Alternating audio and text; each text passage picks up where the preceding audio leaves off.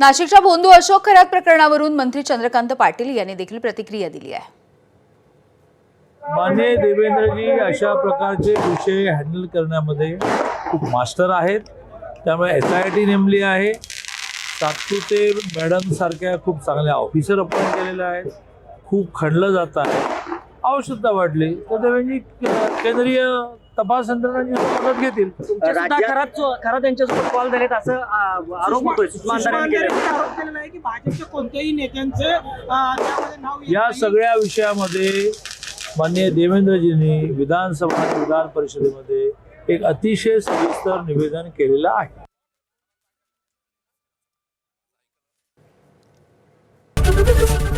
ABP माझा, उघडा डोळे बघा नीट।